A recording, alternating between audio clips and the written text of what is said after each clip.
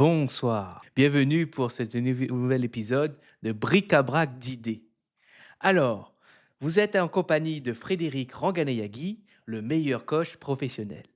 Ce soir, j'ouvre un live impromptu, un live spontané, pour parler d'un texte que j'ai écrit quelques mots sur un sujet qui est fédéré grâce au chant choral.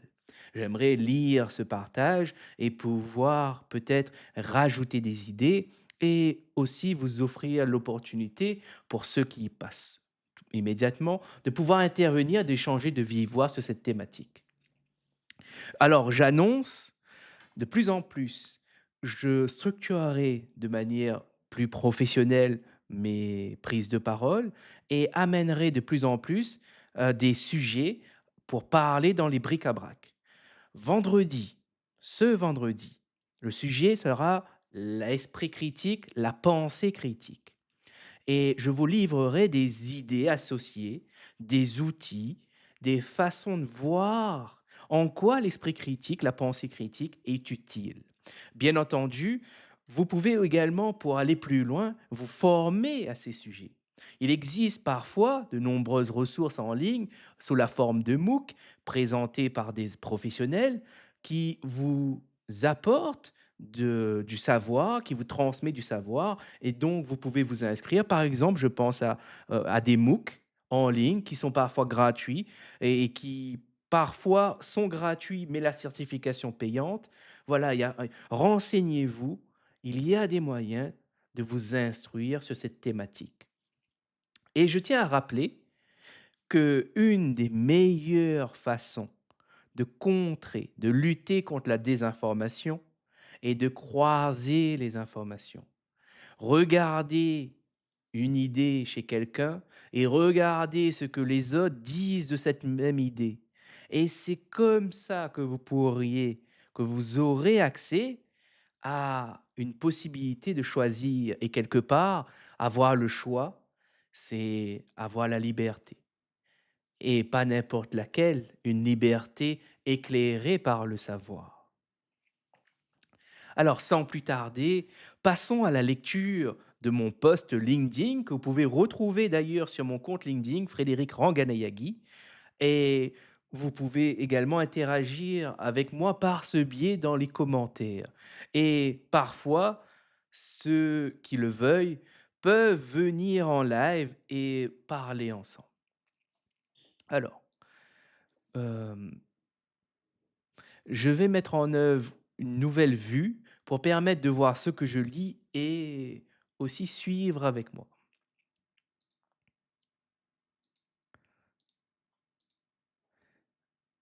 Hop, transition. Voilà. Normalement, là, cela devrait afficher ma page et ça devrait être bon. Je vais vérifier comme c'est une première.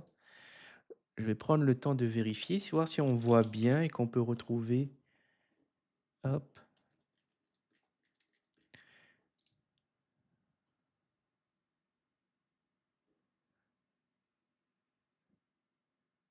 super. Ben, c'est nickel. Ok. Alors, tac, tac, tac. Voilà. Alors,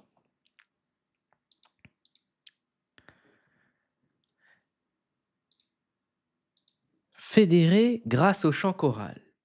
Le 23 février 2026 à 18 heures, Mélanie Ainaru Kaveri accueille Zoélie Macaudière pour un nouvel épisode d'Au fil de l'idée. Une invitation à découvrir cette pratique que l'on retrouve aux quatre coins de la Terre, riche de similarités et de différences selon les cultures, les histoires et les récits des lieux.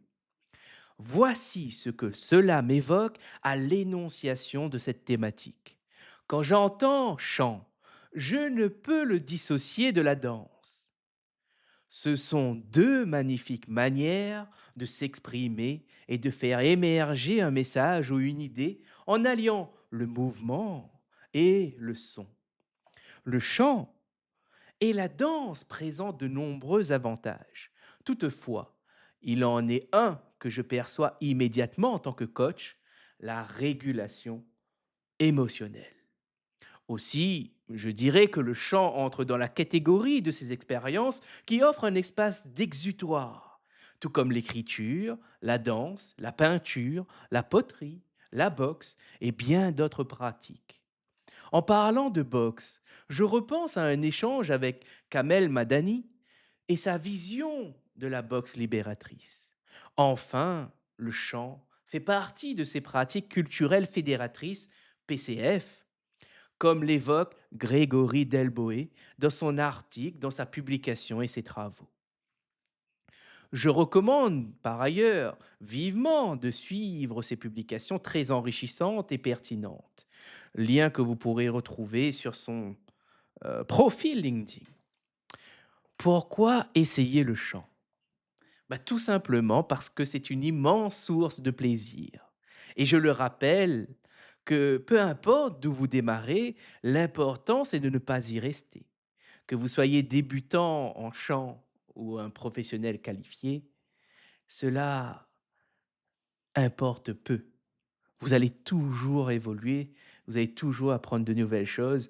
Et si jamais vous pensez que vous avez fait le tour, eh bien, dites-vous que peut-être c'est le cas pour vous et que vous avez cette sensation et que peut-être il faut arrêter et changer de pratique, changer d'activité. Et c'est tout à fait aussi, c'est une possibilité également. Enfin, reprenons la lecture. J'ai fait une digression. Revenons au texte. Il y a bien des choses à dire et je ne pourrais épuiser ce sujet. Et vous qui lisez ces lignes, qu'avez-vous à ajouter? Qu'est-ce que cela vous évoque? Auriez-vous une question à poser à Zoélie? Vos partages sont précieux.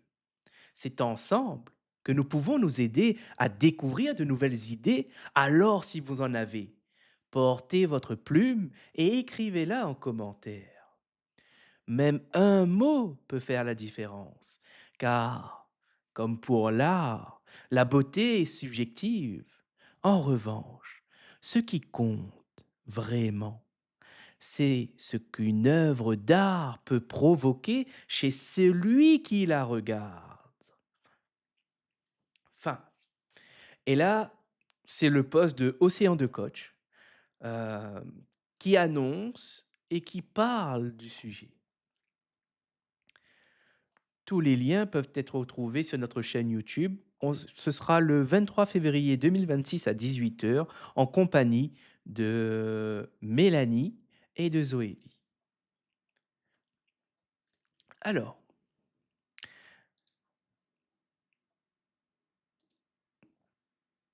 merci pour votre attention.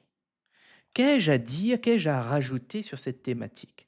Eh bien, comme je le disais plus tôt, il y a énormément de choses à rappeler et à dire. Et une des choses qui est pour moi fondamentale est que la pratique manuelle qui permet de vraiment d'apporter énormément de plaisir. C'était un point pour moi primordial. C'est que l'expérience que nous vivons en faisant ces activités nous procure du plaisir et nous amène bah, quelque part à pouvoir accepter certaines choses que nous accepterions pas. Par exemple, côtoyer l'autre. Côtoyer l'autre qui est quelque chose d'extrêmement difficile. Pourquoi? Parce que l'autre, c'est quelque chose de différent. L'autre nous résiste. L'autre n'est pas un objet qu'on peut utiliser à notre guise, n'est pas un objet que nous pouvons manipuler comme nous le souhaitons. L'autre est unique, l'autre est insaisissable. Nous voyons des visages, nous avons des représentations de l'autre. Mais finalement, est-ce la réalité de l'autre? Est-ce toute la subtilité de l'autre? Est-ce toute la totalité de l'autre? Eh bien, cette question, Mélanie récemment a repartagé un auteur qui s'appelle Emmanuel Lévinas. Et ses idées sont très intéressantes, que j'aimerais repartager ensuite ici, qui sont, donnez-moi un instant pour les rappeler. On parle ici de son traité de totalité et infinie.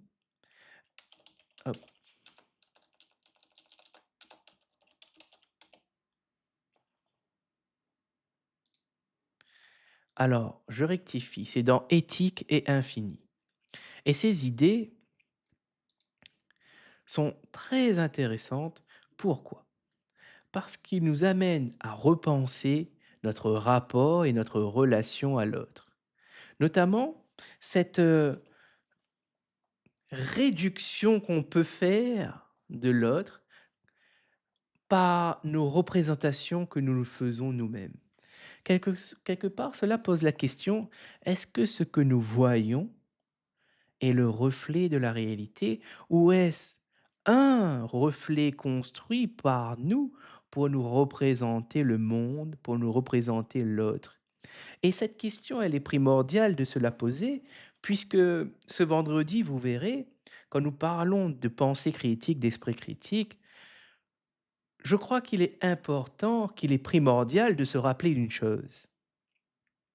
Qu'importe l'idée, qu'importe qui le dit, qu'importe l'idée qui a été conçue, cela reste une idée et une idée qui peut changer au travers du temps.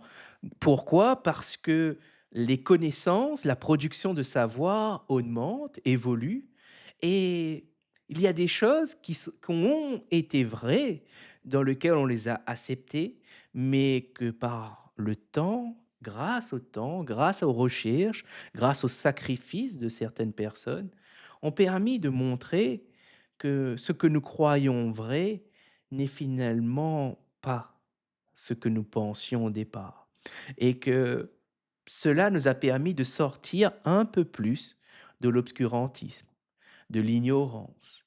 Et aujourd'hui, par exemple, il y a une thématique qui me parle, c'est surtout cette question dans les mathématiques, les théorèmes.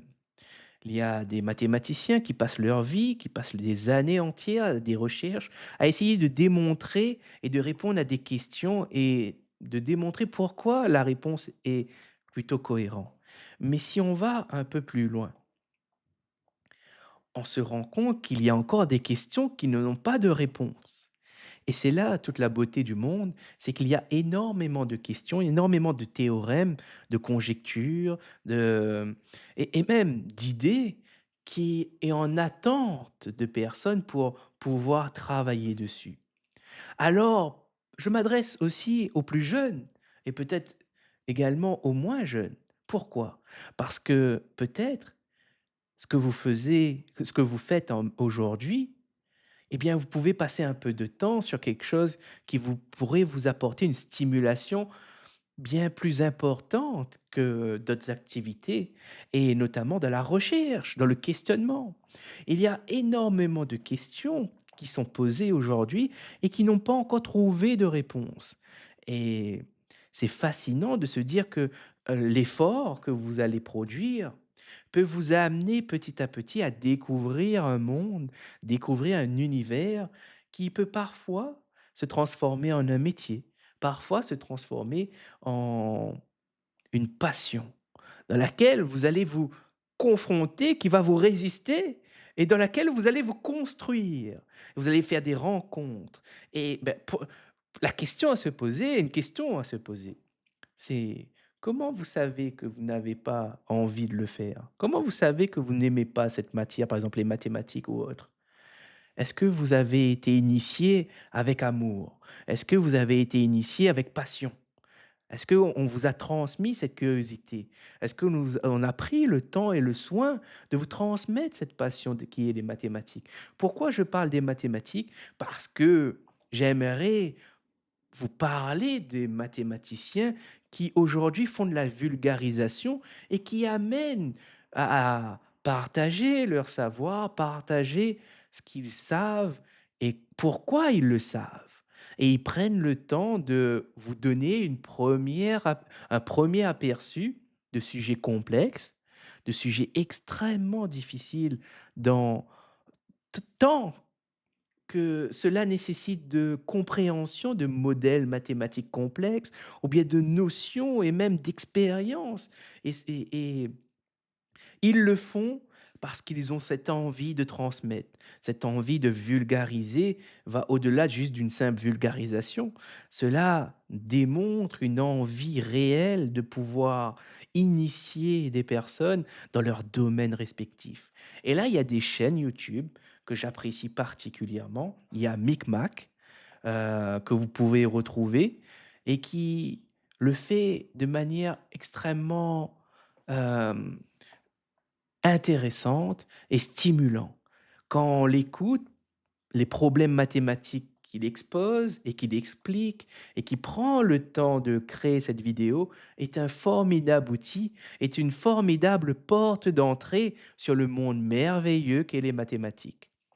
Il y a également plusieurs vulgarisateurs, plusieurs professeurs qui se sont mis à prendre la parole sur YouTube, et sur d'autres plateformes pour partager leurs découvertes, partager leur passion et cela est formidable. Hem, Pourquoi formidable? Pour une raison simple, c'est que avant, pour avoir accès à des connaissances, avoir accès, par exemple, juste à la lecture et l'écriture, ce n'était pas si simple, c'était compliqué d'avoir accès à ces données, à ces savoirs, à des livres, à un enseignement. Cela nécessitait il y avait énormément de contraintes comparé à maintenant. Aujourd'hui, l'accès à l'information est facilité, mais en même temps, ça ne veut pas dire qu'il n'y a pas de nouvelles contraintes.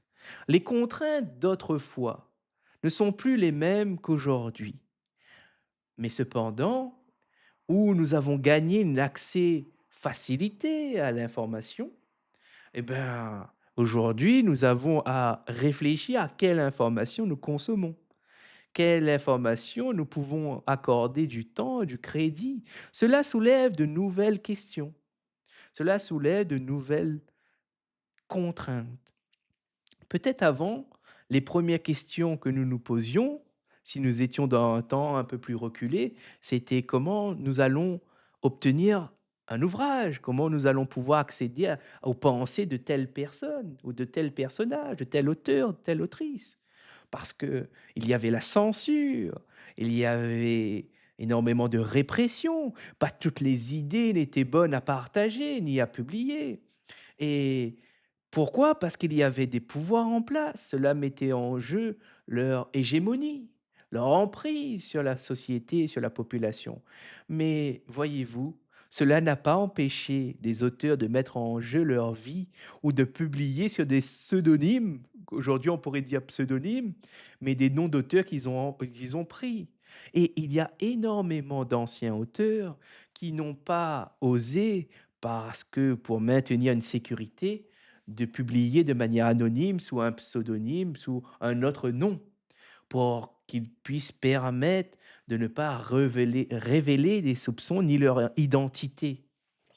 Et on voit ici que quelque part, pas la récession, le mot que je cherche, c'est la répression, l'interdiction, l'autoritarisme à ses limites face à l'intelligence humaine, face à la diversité humaine, face, à cette envie de progrès, on va dire peut-être intrinsèque, cette envie de recherche, de curiosité, de mieux comprendre le monde qui nous entoure, de ne pas nous enfermer dans des idées rigides, obsolètes, dépassées, qui n'ont pas de sens, qui ont un sens, mais qui n'ont pas de sens si on se dit que nous voulons le progrès, que nous visons le progrès, que nous voulons lutter contre l'obscurantisme. Alors là, je dis que ces idées sont opposées et n'ont pas de sens. C'est ce que je voulais dire.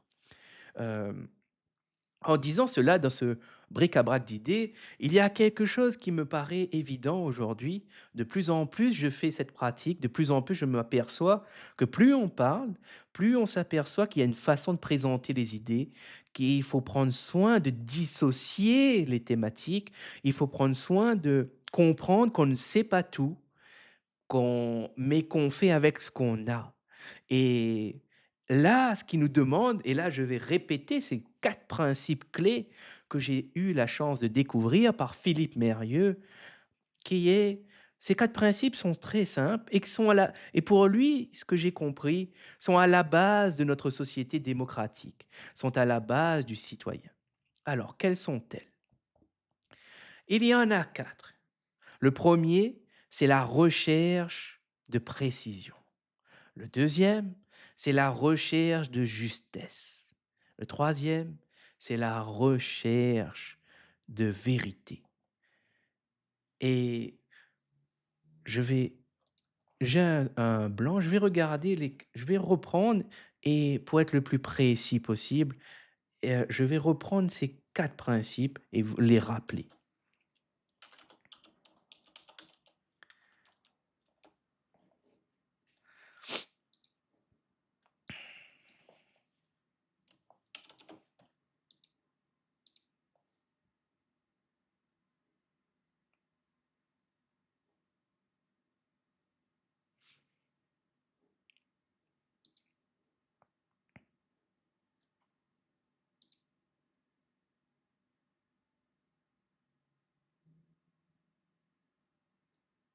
Voilà.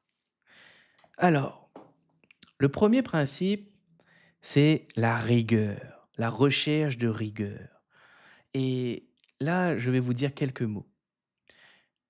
La rigueur est l'exigence de cohérence, de méthode et de discipline intellectuelle. Elle consiste à aller au bout d'un raisonnement, à ne pas se contenter d'approximations.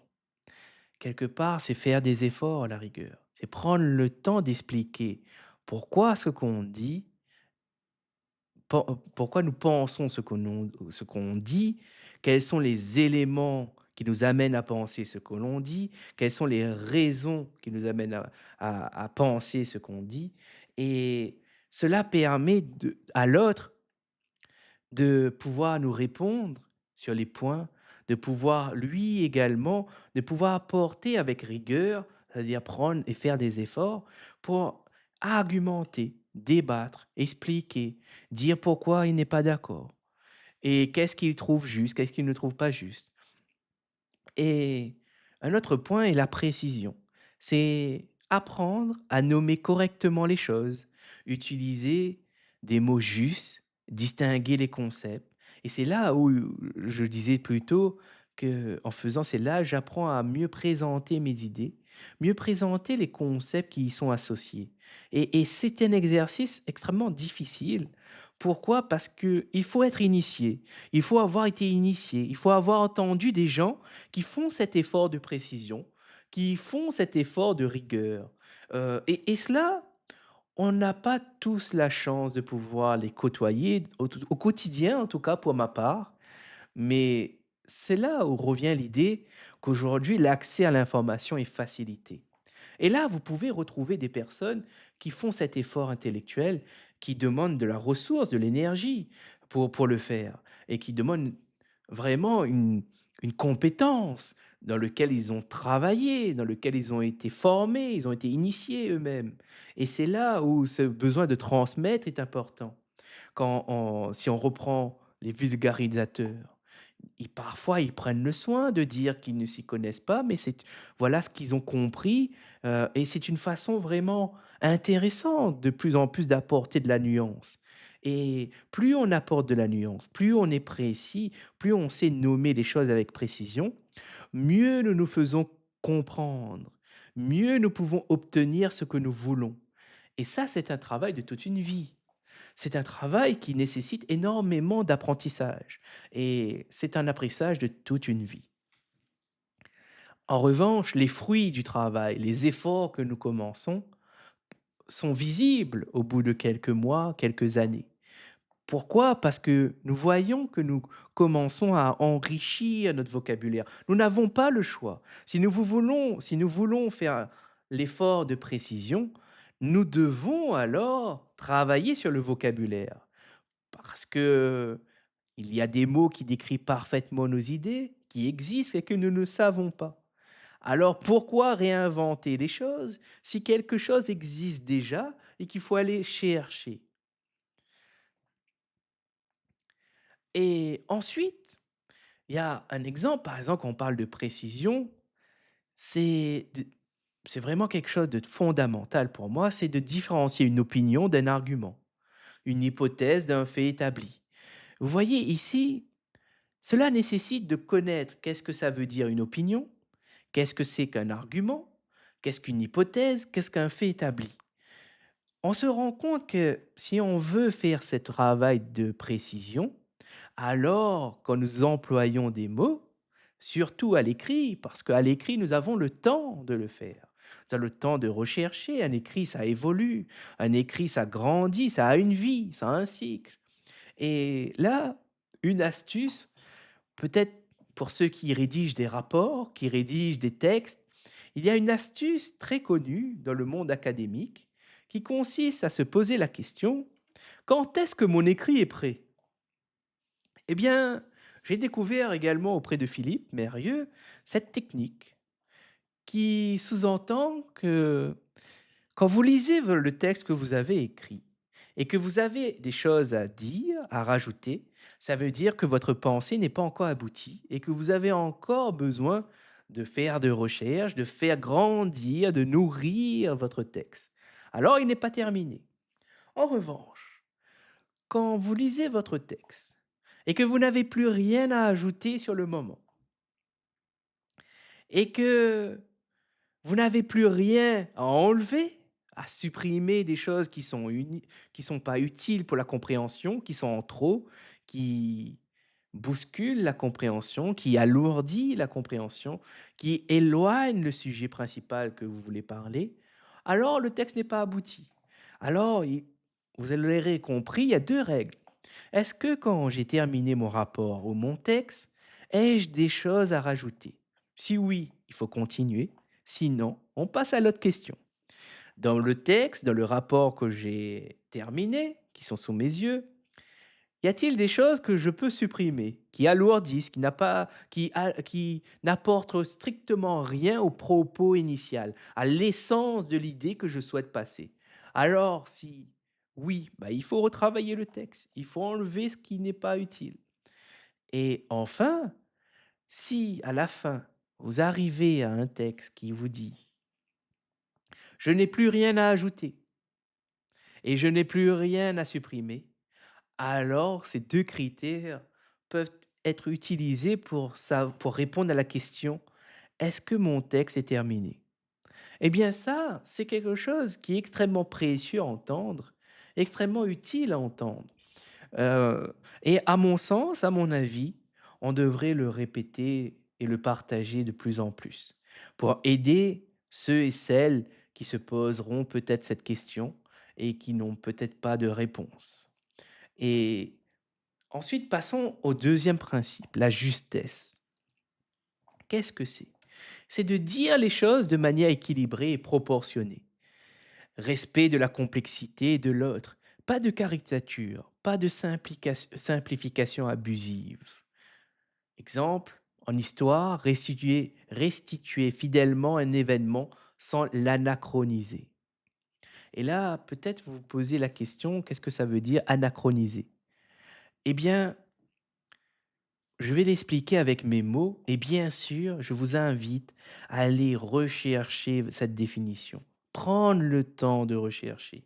Aller regarder pourquoi ce mot existe, à quoi il sert, qu'est-ce qu'il décrit, qu'est-ce qu'il dénonce, qu'est-ce qu'il permet de mettre sur les yeux qu'on ne voyait peut-être pas avant, mais à l'énonciation de ce terme, comprenant ce qu'il signifie, eh bien, il permet de mettre en perspective, de révéler, de transformer une conversation qui n'est pas très intéressante en quelque chose de plus stimulant. Alors, anachroniser, c'est-à-dire de prendre ces représentations actuelles, ces connaissances actuelles, et de les plaquer sur les événements que vous décrivez historiques. Et quelque part, il faut se rappeler quand on fait ça, que les personnes, bah, que nous racontons l'histoire, déjà quelque part, c'est ce que nous avons de l'histoire qui est racontée, qui nous est parvenue. Et il faut savoir que c'est peut-être pas toute la totalité, c'est peut-être un discours de cette histoire. Et l'histoire, elle est complexe. L'histoire, elle est faite de plusieurs personnes. Et malheureusement, nous n'avons peut-être pas accès à chaque vision de ces personnes. Et il reste juste une façon de décrire cette histoire. Déjà, il y a ce point-là. De deux, les personnes qui ont fait des actions, qui ont fait des comportements, qui ont eu des pensées, n'avaient pas la connaissance que nous avons en 2026, par exemple. Et ça, c'est un point crucial à comprendre. C'est que parfois, nous pouvons avoir cette tendance à juger et dire: «Mais pourquoi il a pris telle décision? Pourquoi il a fait tel comportement?» Mais ce que nous oublions, c'est que nous, nous savons directement la fin. Nous avons des connaissances qu'ils n'avaient pas et c'est une grande différence et cela change tout, cela change beaucoup de choses et en disant cela, bien, je pense que c'est intéressant de se rappeler que pour savoir si un champignon était toxique, par exemple, il y en a qui l'ont mangé. Il y en a qui sont décédés après avoir consommé ces champignons toxiques. Mais il y en a d'autres qui ont vu que leurs camarades ont mangé ça et ils sont morts. Et ils ont commencé à consigner. Ça a créé de la connaissance. Ils ont commencé à produire du savoir. Et petit à petit, bah aujourd'hui, nous avons une base de données, une base de connaissances. D'ailleurs, je rappelle, si jamais vous allez cueillir des champignons dans la forêt ou dans les espaces ouverts et que vous ne savez pas si un champignon est mangeable ou non, est toxique ou non, eh bien, passez en pharmacie. Demandez à votre pharmacienne, d'identifier le champignon pour vous. Ne jouez pas avec le feu, ne jouez pas avec votre vie. Ça peut amener des complications sévères et ça peut être très dangereux et ça peut porter atteinte à votre vie. Alors, si jamais il y a un champignon que vous découvrez et que vous ne savez pas s'il est mangeable ou pas, dans le pire des cas, ne mangez pas et dans l'autre cas, demandez à un expert, passez en pharmacie pour identifier le champignon et surtout ne jouez pas avec ça, c'est vraiment important. C'est vraiment une question de vie ou de mort. Ensuite, passons à la suite, hem, qui est la recherche de vérité. Je rappelle que je dis bien en amont de ces principes, la recherche. C'est-à-dire que il n'y a pas de précision, il n'y a pas de rigueur, il n'y a pas de ce n'est pas figé. Ce n'est Quand je dis recherche de vérité, ça signifie recherche, ça ne veut pas dire ce qui est dit, c'est la vérité. La vérité, de toute façon, elle va changer, elle évolue dans le temps. Pourquoi? Parce qu'il y a des paramètres qui influent là-dessus. C'est-à-dire votre savoir, vos connaissances, les interactions et ce que vous pensez comme vérité est uniquement vrai dans votre esprit comme idée de vérité à ce moment-là. Mais peut-être que dans 5 ans, quand on vous repose la question, votre position a changé. Parce que vous avez eu des expériences qui vous ont fait comprendre que ce que vous pensiez avant comme vrai, finalement, ce n'est pas le cas. Et en parlant de ça, j'aimerais souligner aussi cette idée qui est que finalement, ce qui est important, c'est pas tout ce qui existe, mais c'est vraiment il faut accepter là où vous êtes, c'est-à-dire faire avec les connaissances que vous possédez et avancer petit à petit. Et là, la question, pourquoi l'école est si importante? Parce qu'elle, quelque part, elle transmet cette, j'avais je reviendrai, mais je fais un lien. Pourquoi, avant d'avoir, cet âge, je n'avais jamais entendu d'autres visions de l'école? C'est grâce par chance d'avoir tombé sur Philippe Mérieux que ma vision de l'école s'est agrandie, s'est nourrie, s'est enrichie.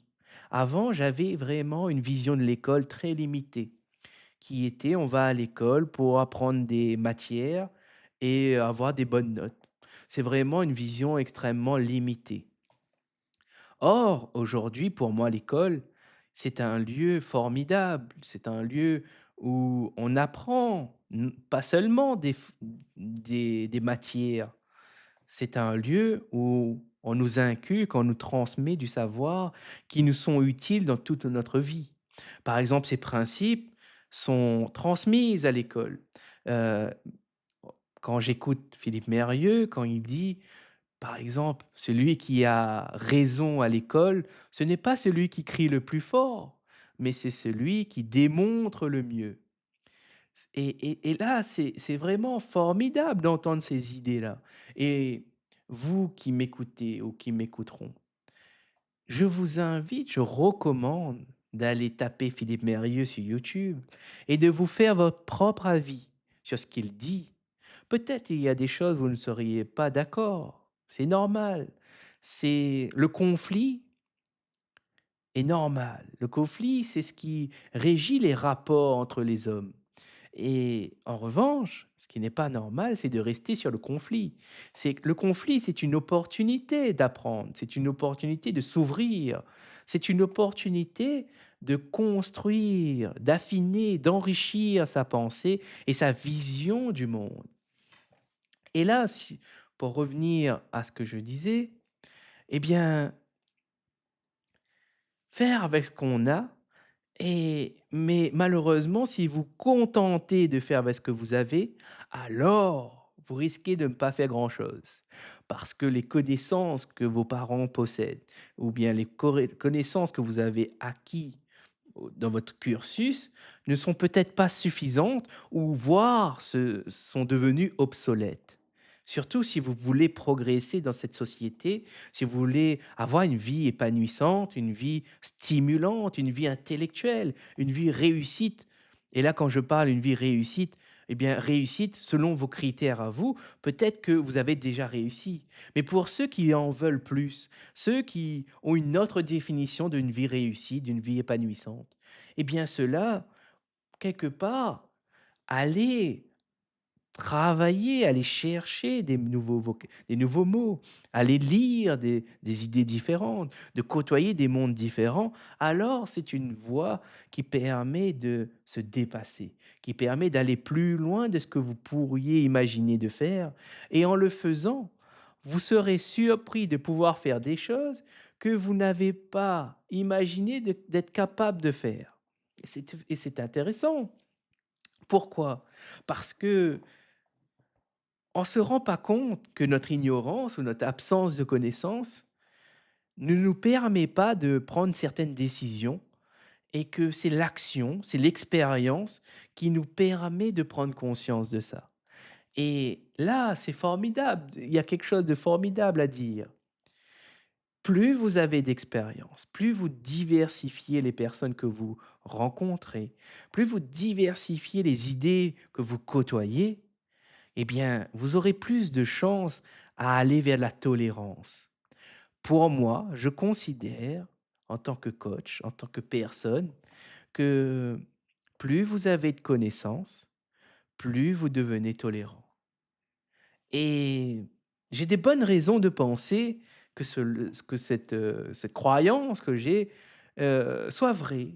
Et je dirais par exemple, il y a Il y a un ouvrage que j'aime beaucoup, un texte que j'aime beaucoup qui décrit cela et qui est de Victor Hugo, que je vais m'empresser de partager, qui est dans son ouvrage que j'ai lu une fois dans un podcast de Bric-à-Brac et qui parle de l'ignorance.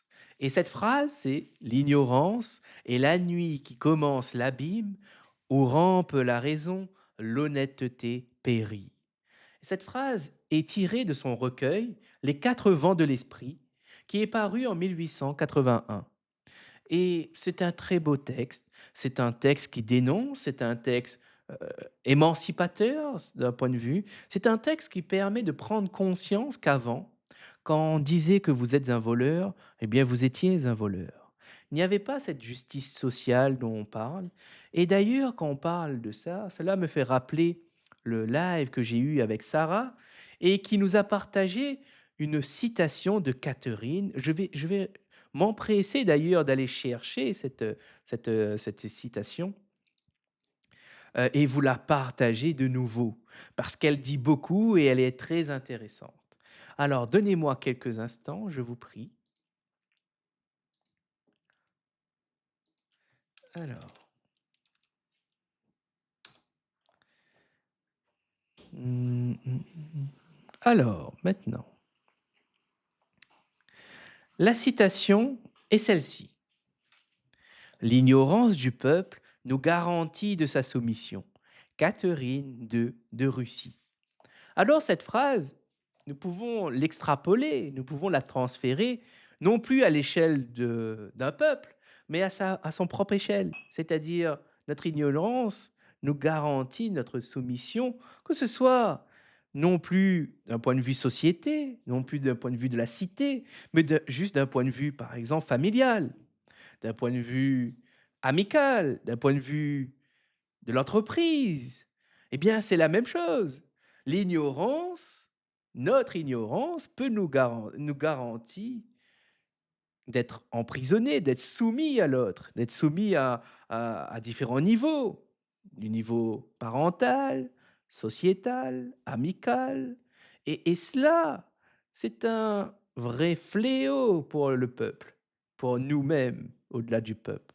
Et il y a de nombreux auteurs qui en parlent, qui peut-être ne mettent pas ces mêmes mots, mais quelque part nous invitent à combler notre ignorance pour ne plus être enfermés dans une certaine soumission à des codes, à des normes qui ne sont peut-être plus d'actualité. Et là, je tiens à remercier et je tiens à ressouligner mon attachement à des idées qui font lien avec cette phrase d'Olivier Roboul qui est: «Qu'est-ce qui vaut la peine d'être enseigné? Ce qui libère et ce qui unit». Et pour moi, il y a des idées qui ne vont pas dans ce sens, au contraire, qui nous éloignent de ça. Et il y en a d'autres, au contraire, qui nous amènent à nous émanciper et à aller vers une coopération. Et ces idées, pour moi, sont bien transmises par le siècle des Lumières, par exemple, ou bien même par Philippe Mérieux qui parle d'autres auteurs, d'autres euh, d'autres ancêtres, d'autres personnes qui ont participé à des idées qui libèrent et qui unissent. Moi-même, d'ailleurs, dans mes accompagnements, c'est une question qui est un filtre principal, dont je me pose souvent la question. Dans ce que je fais, est-ce que j'amène mon client à se libérer et est-ce que je l'amène à coopérer avec l'autre ou à aller vers l'autre? Et ça, c'est une question fondamentale. Pourquoi? Parce que on n'aura pas tous la même réponse à ces questions, mais cependant, on se pose peut-être pas tous aussi cette question. Et pour moi, dans la profession de coach professionnel, j'aimerais apporter cette question aux coachs qui débutent ou aux coachs expérimentés pour qu'ils puissent passer d'un autre niveau, pour qu'ils puissent s'émanciper eux-mêmes et coopérer ensemble. Et là, mis à part ce que je viens de dire, j'aimerais rappeler quelque chose qui est très important. En tant que coach professionnel, j'ai une responsabilité de prendre la parole et je dois dire que malgré que tout le monde peut s'appeler coach, eh bien ce n'est pas un mal ni un bien. Ils en ont le droit. En revanche, leur comportement, s'il y a des choses qui enfreignent les lois de notre pays, eh bien n'hésitez pas à les que vous soyez témoin ou que vous soyez victime, parlez-en. Ne gardez pas cela pour vous. Et là, vous pouvez, si jamais vous vous posez des questions, contacter la Miviludes, contacter la gendarmerie ou la police. Les numéros sont le 17. Tapez sur internet, dénoncer, une violence, eh bien, vous allez trouver des systèmes, des dispositifs qui sont mis en place pour justement protéger les plus fragiles, protéger, hem, même si vous n'êtes pas en mesure d'offrir une protection. Déjà alerter est une façon d'agir. Surtout, rappelez-vous ces mots qui sont d'abord de vous mettre en sécurité et ensuite de mettre en place des actions pour alerter. Mais l'importance tout d'abord, c'est de vous préserver vous. Parce que si vous y allez, que vous mettez votre vie en danger, alors ce ne sera pas juste une personne à sauver, mais le calcul augmente et c'est important que si vous ne savez il faut faire des actions qui sont efficaces et qui prend en compte plusieurs paramètres. Alors, si jamais vous avez une personne dans votre entourage dont vous suspectez une emprise ou des pratiques douteuses, dénoncez, alertez à la police ou sur les dispositifs qui existent. C'est important de le faire. Et je tiens à le dire, les coachs, tous les coachs ont leur place. Et je rappelle également que tout coach est d'un processus d'apprentissage. Peut-être que ces outils ne sont pas fiables, mais peut-être qu'il n'a pas eu la chance de tomber sur un autre coach qui lui dit, ben voilà, moi, par exemple, la PNL, pour moi, ben c'est reconnu, ça repose sur, c'est une pseudoscience déjà de un, et que ça repose sur des choses qui ne sont peut-être pas solides en termes scientifiques. Et là, qu'est-ce que ça veut dire? Bah, ça veut dire concrètement qu'il y a des principes sur lesquels qui n'ont pas passé certaines validations. Et si ça ne passe pas certaines validations, bien alors, ça veut dire qu'on ne peut pas s'y fier. Ce n'est pas quelque chose sur lequel on peut s'appuyer pour accompagner. Et c'est très important de le dire. Et si vous recherchez, si vous posez des questions, la Miviludes a déjà pointé ces failles. Et d'ailleurs, ce sont des choses qui, il y a des faits qui permettent de le voir en temps réel que c'est une pseudoscience, mais il n'y a pas que la PNL, il y en a d'autres outils qui ne sont pas fiables et dont les personnes peut-être n'ont jamais eu l'occasion d'entendre ce discours. Et c'est ça qui est important. Et c'est là où l'esprit critique, où la pensée critique devient important, devient essentiel.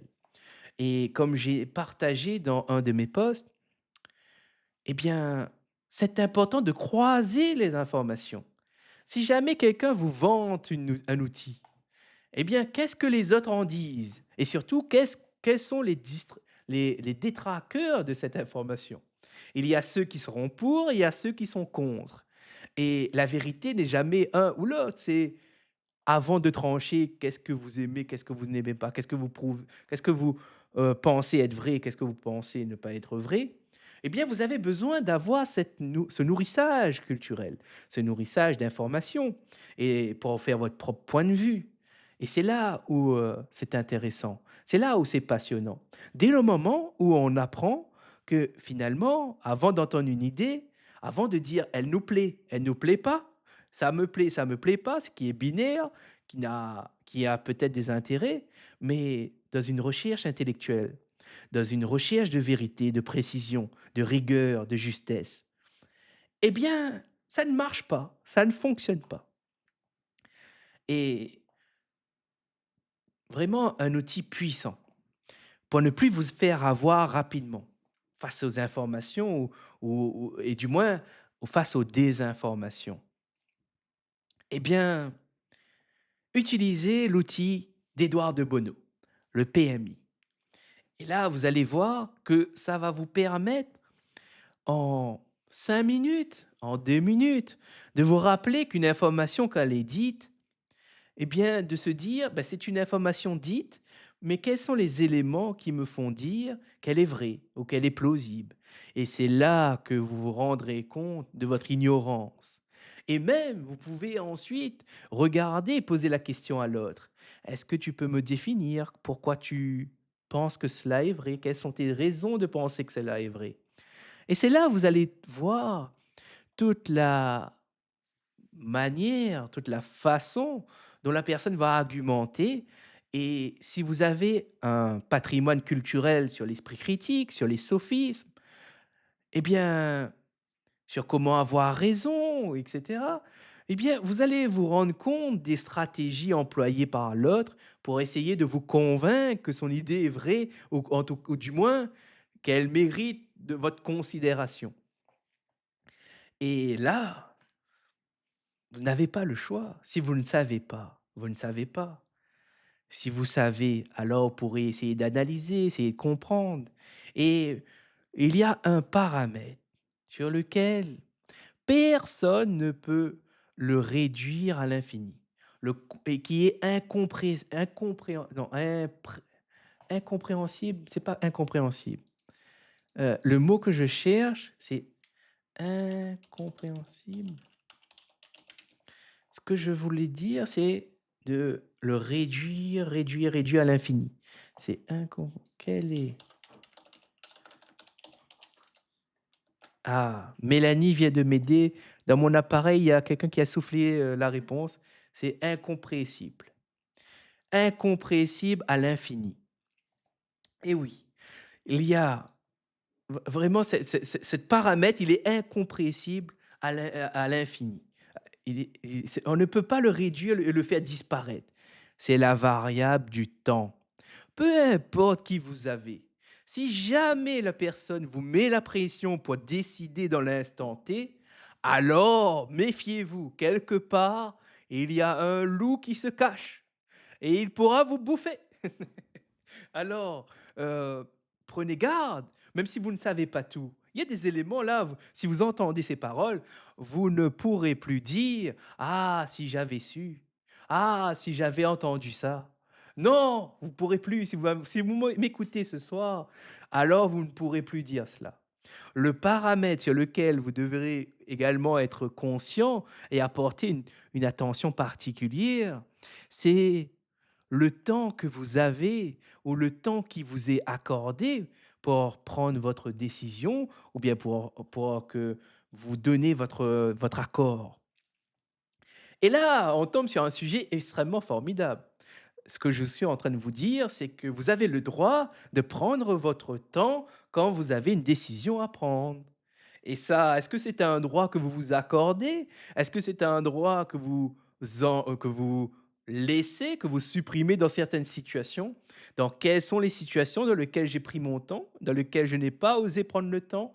Et qu'est-ce qui a fait pression? Et tout cela, ce sont des questions extrêmement importantes dans votre développement, et surtout si vous souhaitez vous progresser, surtout si vous souhaitez augmenter votre qualité de, votre qualité de vie, je veux dire. C'était ça dont voulais parler. C'est si vraiment vous voulez augmenter la qualité de votre vie et les conditions de votre vie, alors ce sont des questions qui méritent réflexion et qui méritent une attention particulière de votre part.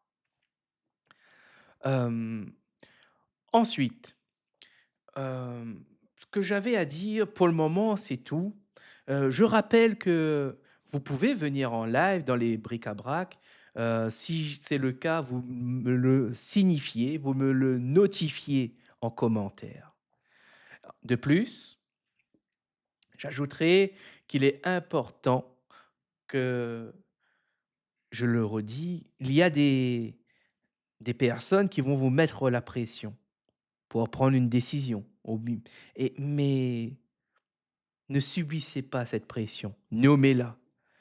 Demandez si vous avez le temps, si vous avez le droit de prendre le temps, et généralement, vous allez voir dans la façon dont la requête va être appréciée, va être répondue, vous allez pouvoir vous faire votre propre avis sur la qualité de ce qui est présenté.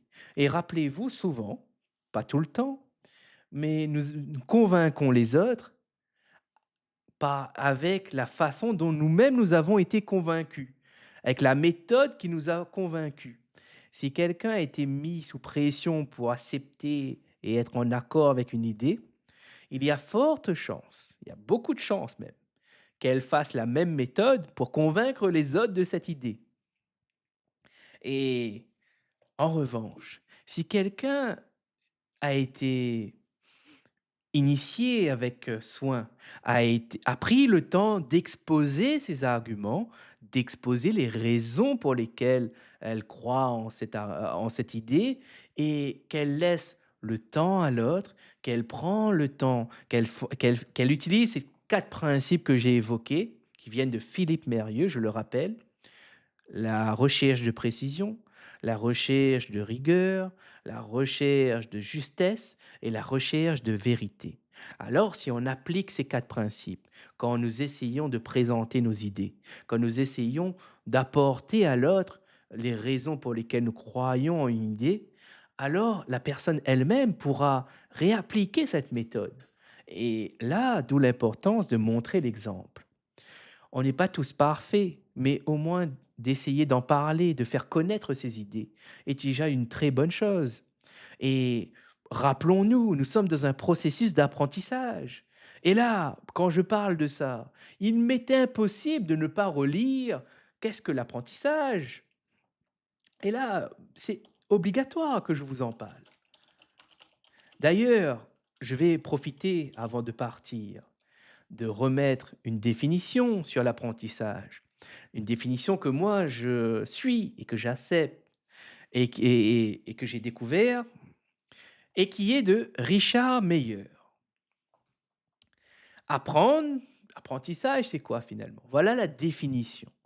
L'apprentissage est un changement relativement permanent des connaissances ou du comportement d'une personne dû à l'expérience. Et là, ça c'est la définition sur laquelle je me base et sur laquelle que je reconnais. Si jamais vous en avez une autre, venez, partagez-la. C'est comme ça qu'on peut découvrir d'autres idées. Moi-même, à mon niveau, je ne sais pas tout. Et justement, c'est grâce à l'autre que je peux apprendre des nouvelles choses. C'est grâce à l'autre que je peux découvrir des nouvelles idées. Eh bien, quand je parle de l'autre, je parle de vous. Je parle des autres personnes qui commentent, qui participent, qui sont actifs. Et là, la phrase que je disais, c'était pas la définition. C'était plutôt celle-là. Apprendre, c'est difficile. Apprendre, c'est faire quelque chose qu'on ne sait pas faire pour pouvoir le faire. Avant de savoir le faire, il faut apprendre à le faire. Et pour apprendre à le faire, il faut le faire sans savoir le faire. Philippe Mérieux. Et là, si quelqu'un m'écoute, il pourra se dire, eh bien, Frédéric Ranganayagui cite énormément Philippe Mérieux. Eh bien, vous avez raison. Pourquoi je le cite? Parce que ses idées sont novateurs, ses idées sont incroyables. Plus que ses idées, les idées qu'ils partagent sont eux-mêmes des idées de d'autres personnes qu'ils partagent. C'est une transmission, c'est une valorisation. Et c'est là où on se rend compte que les idées de Philippe Mérieux ont été construites grâce à d'autres idées de d'autres personnes. Et là, par exemple, je peux vous parler de Carl Roger, d'André Peretti, on peut vous parler d'André Tricot, et vous allez voir que tous les grands noms des pédagogues qui, qui a été son travail, qu'il a côtoyé. Il a retracé qu'est-ce que la pédagogie, où est-ce que ça vient, l'histoire de la pédagogie. Vous pouvez retrouver sur son site. Et je le redis, je l'affirme. Je considère Philippe Mérieux étant le meilleur coach que j'ai pu rencontrer ou que j'ai pu côtoyer dans ma vie. Quand je dis rencontrer, rencontrer par ses idées, par ses vidéos, par ses livres, par ses ouvrages. Malheureusement, je n'ai pas pu le rencontrer en présentiel, mais ça aurait été un honneur de pouvoir rencontrer quelqu'un qui a mis autant d'efforts dans la transmission, dans le partage, pour une, vie plus épanouissante, pour une vie beaucoup plus juste, pour une vie qui met l'humain au centre des préoccupations, qui met l'éducation, qui est l'outil de l'émancipation, qui est l'outil pour lutter contre l'obscurantisme, pour lutter contre... Et l'éducation, c'est le contraire de l'endoctrinement. Endoctrinement, c'est quand on vous oblige à croire en une idée et que vous n'avez pas le choix de ne pas y croire. L'éducation, il vous donne non seulement les idées, mais également les outils pour analyser pourquoi cette idée, elle est bonne, pourquoi elle est, pourquoi on pense que cela est vrai.